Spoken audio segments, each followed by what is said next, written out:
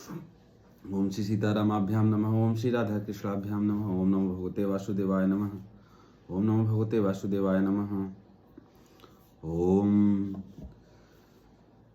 विदुरस्तदभिप्रेत्य धृतराष्ट्रमभाषत राजन्निर्गम्यतां शीघ्रं पश्येदं भयमागतम्। अर्थात परंतु विदुर जी ने काल की गति जानकर अपने बड़े भाई धृतराष्ट्र से कहा, महाराज देखिए, अब बड़ा भयंकर समय आ गया है, झटपट यहाँ से निकल चलिए। प्रतिक्रिया न यस्येह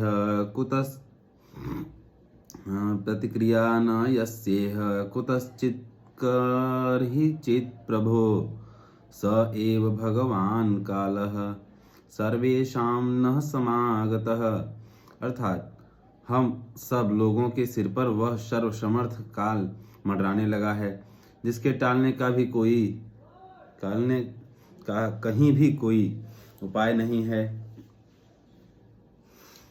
येन चैवाभिपन्नोऽयं प्राणः प्रियतमैरपि जनः सद्यो वियुज्येत किमु तान्यर्धनादिभिः। अर्थात काल के वशीभूत होकर जीव का अपने प्रियतम प्राणों से भी बात की बात में वियोग हो जाता है, फिर धन जन आदि दूसरी वस्तुओं की बात ही क्या है।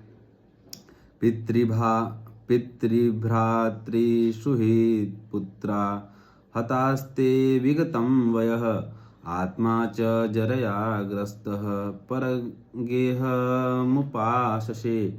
अर्थात आपके चाचा ताऊ भाई सगे संबंधी और पुत्र सभी मारे गए, आपकी उम्र भी ढल चुकी, शरीर बुढ़ापे का शिकार हो गया, आप पराये घर में पड़े हुए हैं।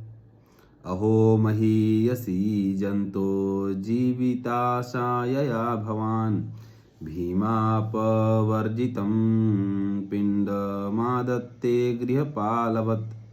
अर्थात ओह, इस प्राणी को जीवित रहने की कितनी प्रबल इच्छा होती है, इसी के कारण तो आप भीम का दिया हुआ टुकड़ा खाकर कुत्ते का सा जीवन बिता रहे हैं। अपवर्जितम पिंड मादत्ते गृहपाल। अग्निर्निसृष्टो दत्तश्च गरोदाराश्च दूषिताः हितं क्षेत्रं धनं येषां तद्दत्तैरसुभिः कियत्।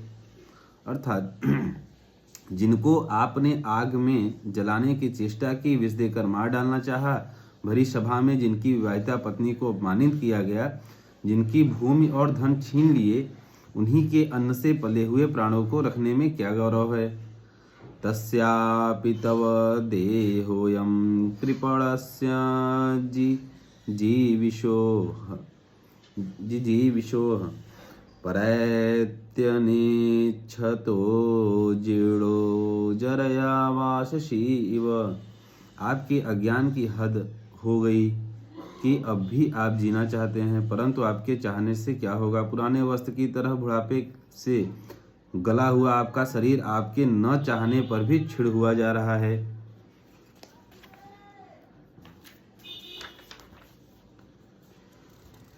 गतस्वार्थमिमं देहं विरक्तो मुक्तबन्धनः अविज्ञातगतिर्जहयात् स वै धीर उदाहृतः। अब इस शरीर से आपका कोई स्वार्थ सधने वाला नहीं है, इसमें फंसिए मत, इसकी ममता का बंधन काट डालिए। जो संसार के संबंधियों से अलग रहकर उनके अनजान में अपने शरीर का त्याग करता है, वही धीर कहा गया है। यह स्वकात् परतो वेह जात निर्वेद आत्मवान हृदि कृत्वा हरिं गेहात् प्रव्रजेत स नरोत्तमः। चाहे अपनी समझ से हो या दूसरे के समझाने से, जो इस संसार को दुख रूप समझकर इससे विरक्त हो जाता है और अपने अंतःकरण को वश में करके हृदय में भगवान को धारण कर संन्यास के लिए घर से निकल पड़ता है, वही उत्तम पुरुष है।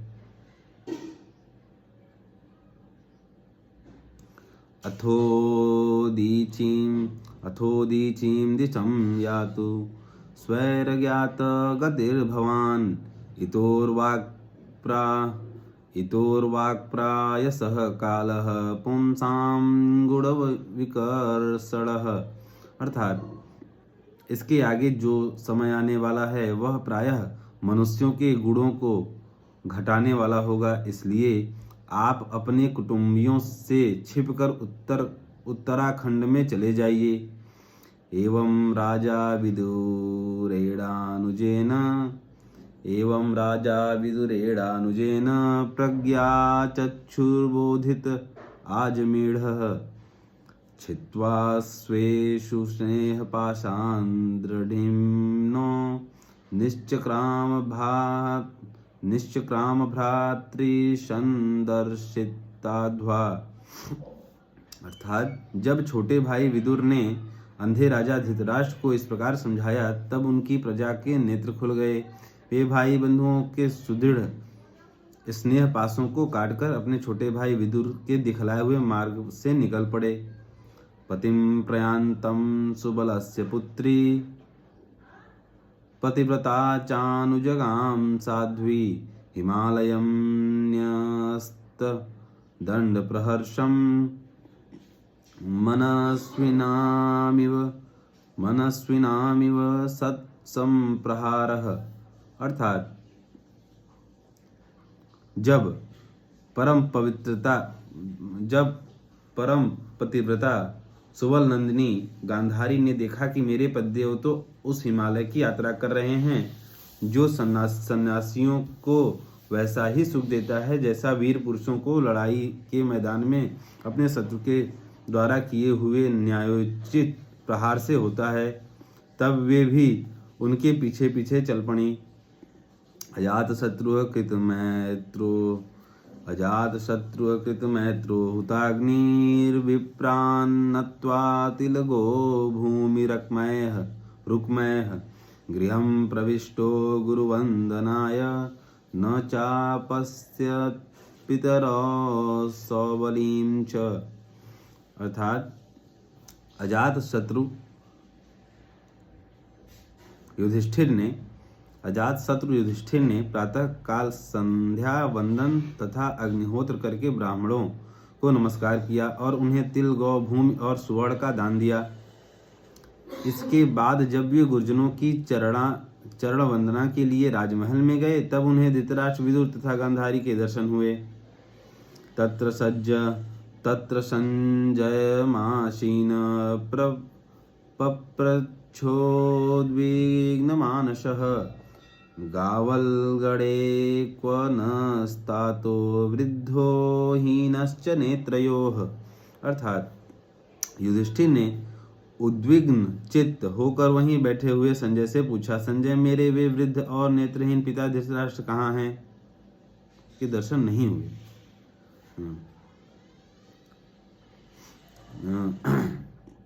कहाँ हैं?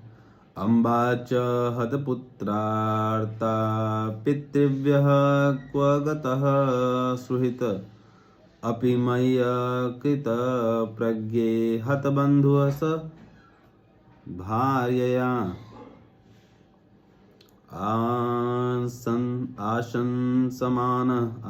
आशंसमानः समलं गंगायां दुखितोपतत्। अर्थात पुत्र शोक से पीड़ित दुखिया माता गांधारी और मेरे परम हितैषी चाचा विदुर जी कहाँ चले गए? ताऊ जी, अपने पुत्रों और बंधु बांधवों के मारे जाने से दुखी थे। मैं बड़ा मंदबुद्धि हूँ। कहीं मुझसे किसी अपराध की आशंका करके वे माता गांधारी सहित गंगा जी में तो नहीं कूद पड़े। पितर्युपरते पांडव सर्वान्नः सुहृदः शिशून् अरक्षतां व्यसनतः पितृव्यो क्व गतावितः।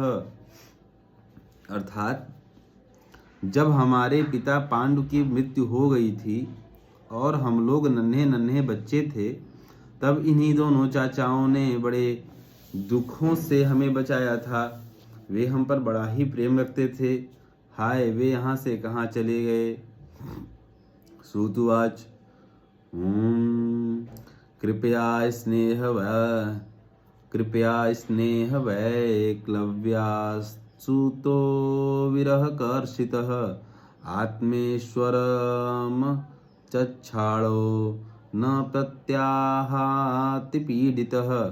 अर्थात सूत जी कहते हैं, संजय अपने स्वामी धृतराष्ट्र को न पाकर कृपा और स्नेह की विकलता से अत्यंत पीड़ित और विरहातुर हो रहे थे। वे युधिष्ठिर को कुछ उत्तर न दे सके। विमृज्याश्रूणिपाणिभ्यां विष्टभ्यात्मानमात्मना अजातशत्रुं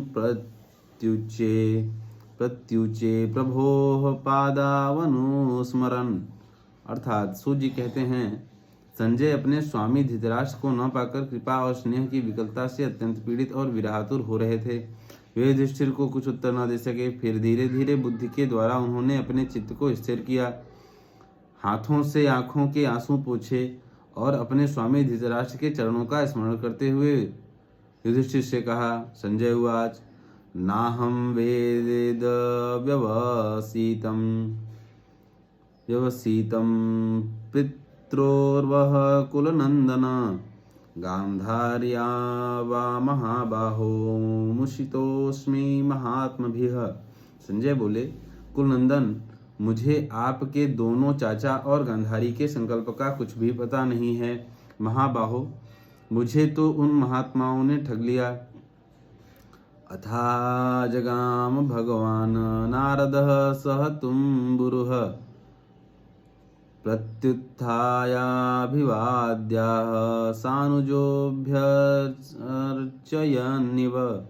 अर्थात संजय इस प्रकार कह ही रहे थे कि तुम्बूर के साथ देवर्षि नारद जी वहां पहुंचे। महाराज युधिष्ठिर ने भाइयों सहित उठकर उन्हें प्रणाम किया और उनको सम्मान करते हुए बोले, ओम नमो भगवते वासुदेवाय नमः, ओम नमो भगवते वासुदेवाय नमः, ओम नमो भगवते वासुदेवाय नमः।